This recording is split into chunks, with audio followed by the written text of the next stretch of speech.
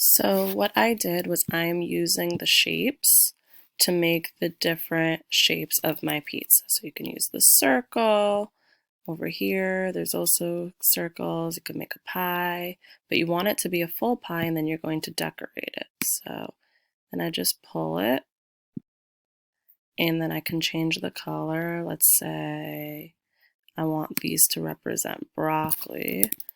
So then all I have to do is copy and paste. Oops, not that, of course. Copy this and copy this and paste it and paste again. You don't even have to copy and paste every time, just paste. And you can paste with the keys. It's really easy. It's Command V and Command C.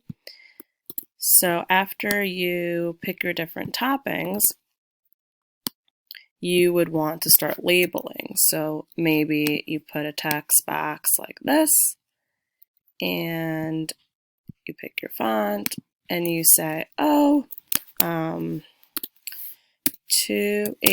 of the pizza is peppers.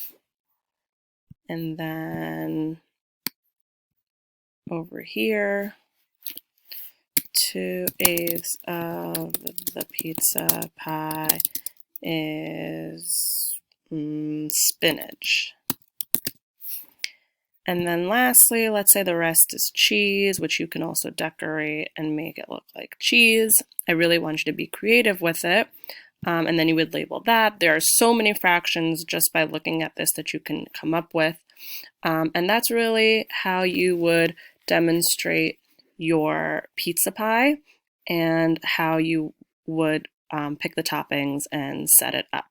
And just to make the whole pizza pie, all you have to do is take the shape, and I picked this one, and then you just hold and drag, and you can make your pizza pie.